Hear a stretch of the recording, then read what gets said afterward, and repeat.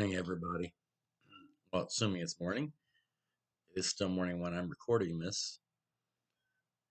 This is our daily lectionary reading. This is for Sunday. This is going to be the long one, Sunday the 20th. I'm not sure how much is going to be read during the One Hope worship in the park. I haven't seen that order of worship yet, but they don't always read all the passages or a full selection during worship, so I'm including Sunday in our daily readings. Now, you may have noticed, and if you follow the link, it'll take you to the Vanderbilt University lectionary, which is where I get all the readings. I don't go by the hard copy, um, by the Vanderbilt website. You may have noticed when you go that a lot of times on Sundays they'll give options in your reading. For instance, today we have 1 Samuel 17. And then they've got 1a, 4 to 11, 9 to 23 in parentheses as being kind of optional. And then 32 to 49. And Psalm 9, 9 to 20. Or 1 Samuel 17, 57, section Samuel. And then Psalm 133. Then Job and Psalm 107. And then 2 Corinthians 6, 113. And then Mark. Typically on Sundays, you've got an Old Testament, a Psalm, a Gospel, and a New Testament epistle. But then sometimes they give you options in one or the other. In this case, our options are all in the Old Testament. If you look at the daily reading a lesson in the lectionary at first. If you look in the daily readings section, there's a tab for it off to the right, the weekly. They've got a semi-continuous strand and a complementary strand. Semi-continuous is kind of as it sounds. It is following a story. In this case, you might have noticed we're kind of walking through Samuel. We were at Saul. Now we're getting into David, and we're kind of doing a semi-continuous march through Samuel. Whereas if you look at the complementary passages, they are linked thematically, but I've been doing the semi-continuous, which leads me a long roundabout way to today. I'm actually going to read both of the optional 1 Samuel passages because it's a continuation of the story, and if you choose one, whichever one you choose, you miss part of the story. So this is going to be a longer than usual video, notwithstanding the 3 minutes I've spent before I ever get to the reading. So I'm going to start with Samuel, and I'm going to read both bits of Samuel before I get to Psalm 9 and then our epistle and gospel. All right. Here, I'm recording this while I'm still feeling kind of icky. Yeah, I wonder if I should bring different shirts in so you never know what day I'm recording.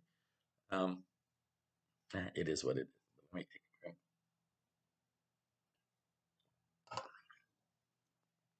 All right, 1 Samuel 17. Now the Philistines gathered their armies for battle. They were gathered at Soko, which belonged to Judah, and encamped between Soko and Azekah and Ephes Dammim. And there came out of the camp of the Philistines a champion named Goliath of Gath, whose height was 6 cubits and a span. This is a cubit, elbow to hand, and that's a span, was a hand. So, depending on how you measure it, somewhere around, I don't know, 6.5, 7, 8, 9 feet. Big guy. He had a helmet of bronze on his head, and he was armed with a coat of mail. The weight of the coat was 5,000 shekels of bronze. He had greaves of bronze on his leg and a javelin of bronze slung between his shoulders. This is the Bronze Age. That is the height of metallurgy at this time. The shaft of his spear was like a weaver's beam, and his spear's head weighed 600 shekels of iron, and his shield bearer went before him. And he stood and shouted to the ranks of Israel, "Why have you come out to draw up for battle? Am I not a Philistine? And are you not servants of Saul? Choose a man for yourselves and let him come down to me. If he is able to fight with me and kill me, then we will be your servants. But if I prevail against him and kill him, then you shall be our servants and serve us. And the Philistine said, Today I defy the ranks of Israel. Give me a man that we may fight together. And when Saul and all Israel heard these words of the Philistines, they were dismayed and greatly afraid. Now Saul and all the men of Israel, were in the valley of Elah, fighting with the Philistines. And David rose early in the morning. He left the sheep with a keeper, took the provisions, and went as Jesse had commanded him. And he came to the encampment as the army was going forth to the battle line, shouting the war cry. Israel and the Philistines drew up for battle, army against army. Now David left the things in charge of the keeper of the baggage, and he ran to the ranks and went and greeted his brothers. And as he talked with them, the champion, the Philistine of Gath, Goliath by name, came out of the ranks of the Philistines and spoke the same words as before, and David heard him. David said to Saul, Let no one's heart fail because of him. Your servant will go and fight with this Philistine. And Saul said to David, You're not able to go against the Philistine to fight with him. You're just a boy. He has been a warrior from his youth. But David said to Saul, Your servant used to keep sheep for his father, and whenever a lion or a bear came and took the lamb from the flock, I went after it and struck it down, rescuing the lamb from its mouth. And if it turned against me, I would catch it by the jaw and strike it down and kill it. Your servant has killed both lions and bears, and this uncircumcised Philistine shall be like one of them, since he has defied the armies of the living God. And David said, The Lord who saved me from the paw of the lion and the paw of the bear will save me from the hand of the Philistine. So Saul said to David, Go, and may the Lord be with you. And Saul clothed David with his armor. He put a bronze helmet on his head and clothed him in a coat of mail. David strapped Saul's sword over the armor, and he tried in vain to walk, for he was not used to them. And then David said to Saul, I cannot walk with these, for I am not used to them. So David removed them, took off all his armor, left the sword.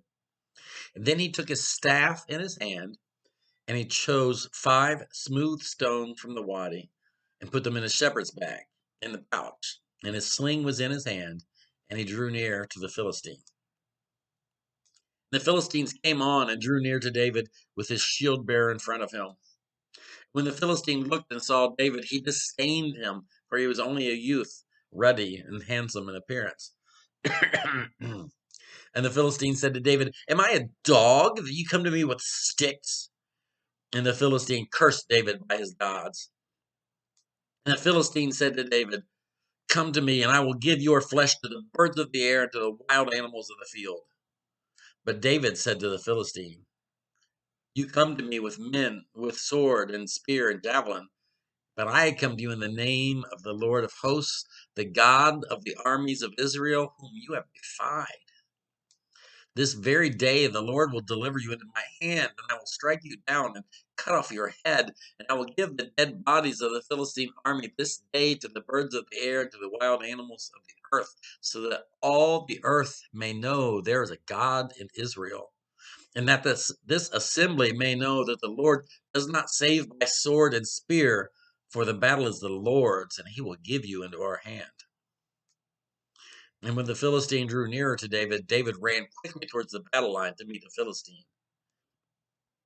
David put his hand in his bag, and he took out a stone, and he slung it, and he struck the Philistine on his forehead, and the stone sank into his forehead, and he fell face down on the ground. Now we're going to jump from 49 to 57, so there's stuff we're skipping here. Might be worth going back and taking a look at. But this is the other section. They give us 2 alternate sections. On David's return from killing the Philistine, Abner took him and brought him before Saul with the head of the Philistine in his hand. And Saul said to him, "Whose son are you, young man?" And David answered, "I am the son of your servant Jesse the Bethlehemite." And when David had finished speaking to Saul, the soul of Jonathan was bound to the soul of David, and Jonathan loved him as his own soul. And Saul took him that day and would not let him return to his father's house. And then Jonathan made a covenant with David because he loved him as his own soul. And Jonathan stripped himself of the robe he was wearing and gave it to David, and his armor, and even his sword, and his bow, and his belt. Was our passage for the other day. David went out and was successful wherever Saul sent him. As a result, Saul set him over the army, and all the people, and even the servants of Saul, approved. The next day, an evil spirit from God rushed upon Saul, and he raved within his house while David was playing the lyre, as he did day by day. Saul had his spear in his hand, and Saul threw the spear, for he thought, "I will pin David to that wall." But David eluded him twice.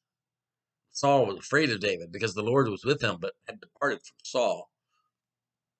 So Saul removed him from his presence and made him a commander of 1,000, and David marched out and came in leading the army. And David has success in all his undertakings, for the Lord is with him.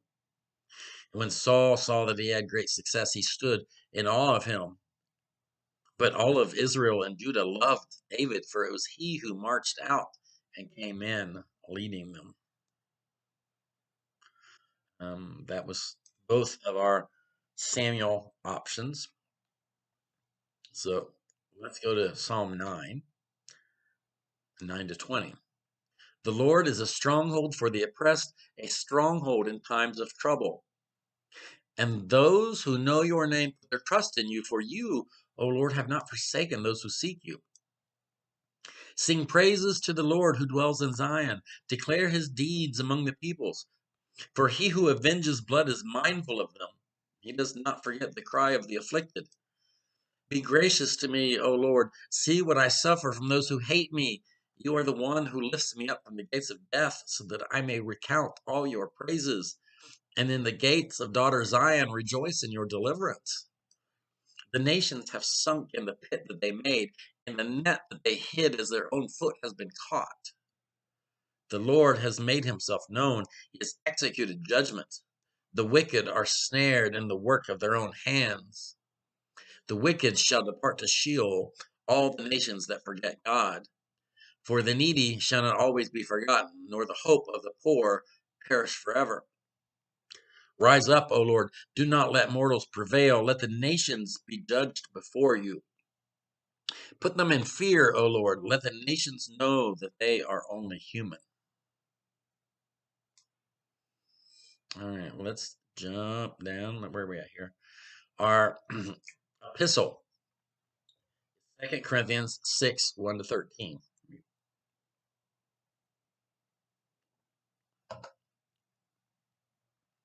As we work together with him, we urge you also not to accept the grace of God in vain.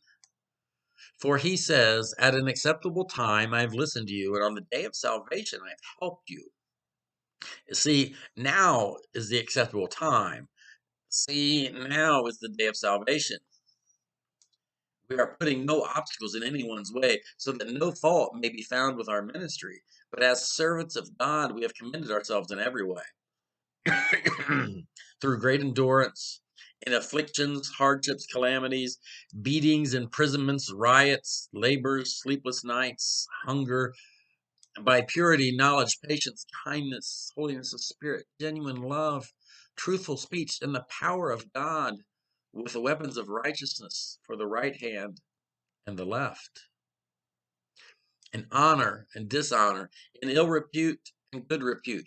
We are treated as impostors, and yet are true, as unknown and yet are well known, as dying and see we are alive, as punished but not yet killed, as sorrowful yet always rejoicing, as poor yet making many rich, as having nothing yet possessing everything.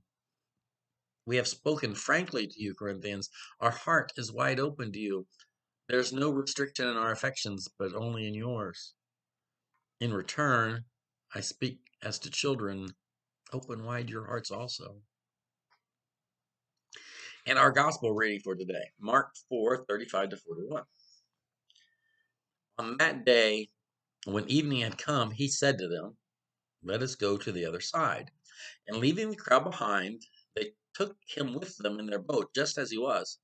Other boats were with him. You have a message from the wife. Best not ignore it. I should have turned that off, huh? As a great windstorm arose and the waves beat into the boat so that the boat was already being swamped. He was in the stern, sleeping on a cushion. And they woke him up and said to him, "Teacher, do you not care that we are perishing?" And he woke up and rebuked this wind and said to the sea, "Peace, be still." And then the wind ceased. There was a calm. And he said to them, "Why are you afraid? Have you no faith?" And they were filled with great awe and said to one another, "Who then is this that even the wind and the sea obey him?" Now, I sometimes wonder if maybe the peace be still was as intended as much to the disciples as to the wind, um, telling them to be quiet because they woke him up. Uh, that's our lectionary readings. That's a long one. We're over 16 minutes, guys. I apologize for the length, but I wanted to get that more continuous story. See you later.